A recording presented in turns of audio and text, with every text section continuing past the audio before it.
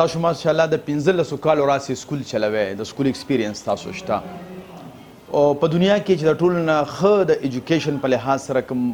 ملک نه هغه د فنلینډ یادېږي آیا فنلینډ کې د دې ټیسټونو او د دې چې کوم دی د امتحانونو کنسپټ شته دی په دې 15 او شپږم پورې په 1997 کې UK گورنمنٹ یو ریسرچ فائنانس کړو کوین فائنانس کړو کین رابنسن هغه په 1997 کې یو وایټ پیپر پبلش کو او د هغه فایندینګز دا چې سکول چې دی هغه د ماشومانو کریټیویټي کیل کوي دا د انګلند د UK د سکول خبره زکوم دا زره خپل ملک یا د مطلب بری صغیر یا بنگلاديش وغیرہ د ملکونو خبره نه ده وس مونږ چې دې ته او هغه دې کې دا منشن کړل چې پر روان 13 کاله کې به دنیا یو داسې ځای ته ورسي چې زمونږ چې کم د سکولینګ سیسټم نه دا ماشومان راوځي نو دا به هلته کې دوی ته سروایول چې دی هغه ګران شي او دا کرنټ فارم اف سکول چې دی دا هم ډېر پخواني نه دي په دنیا کې د دې هم تقریبا 250 کاله تقریبا کېږي نو د دې بنیادی طور دا سکول چې جوړ شوي وو دا د انډسټري دپاره جوړ شوي او چونکې دنیا ته چې کله داسې فارمل انډسټري راله د هغې ته بیا د امپلای ضرورت و که مونږ وګورو په سب کانټیننټ کې د ټول نه پخوانی سکول چې دی هغه به چېرته 6 کاله 7 کاله پخوانی سکول د هغې وجه دا ده چې دلته کې انډسټري لیټ راله نو هغه انډسټري دپاره د امپلایز وس انډسټري کې کریټیو کس نه چلیږي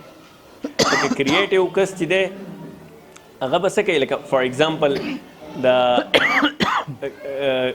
ګیلاسونو یو انډسټري ده دی به دا ګیلاس دی خو کریټیو وي دی خو تجربې کوي دی به دا ګیلاس دی وایي چې وره دا ویښ ولې داسې کمه چې دا به څنګه ښکاري او دا جی ولې داسې کم دا به څنګه کېږي دی به دا کوي انډسټري ته پکار دی په یوه ګنټه کې مثال په طور کې 1500 ګیلاسونه ما خو دی پروډیوس کولی نه شي نو هغو ځکه دا یو داسې سیسټم راوستو چې هغې کې هغه وایي چې د خلکو سوچ چې دی هغه یو یونیفارم وي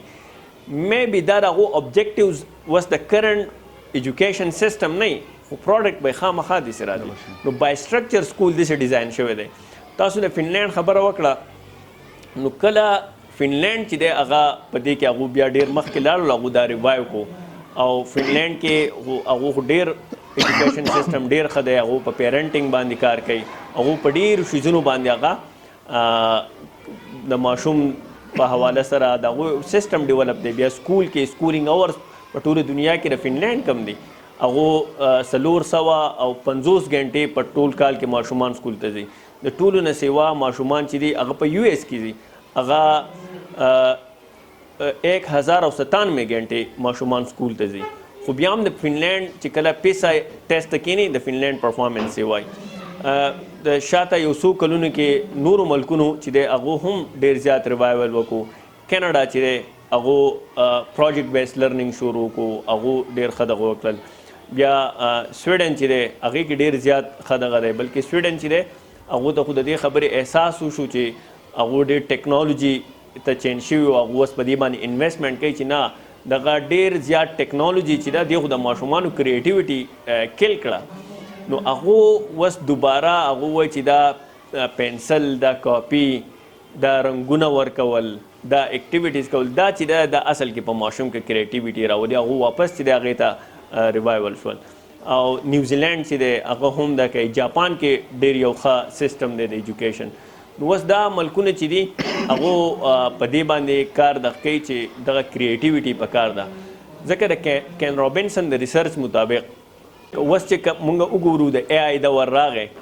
او اوس پته نه لګي مخکې به دنیا پریډکټیبل وه لکه هوښیار کس چې دی هغه به د 500 سال د 600 سال پریډکشنز کولی شو بلکې د محلې د کور کلي عام هوښیار کس چې دی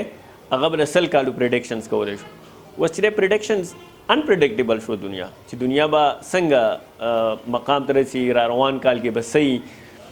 نو په دې وجه هغه وایي چې هغه کس په دې کې سروایول کولی شي چې هغه کانفیډنټ وي او هغه کریټیو وي نو کومګه بنیادی تور د سکول نظام ته وګورو سټرکچر دا دا creativity ختموي. کریټیویټي هم کېل کوي او د کانفیډنس دی هغه هم کېل کوي.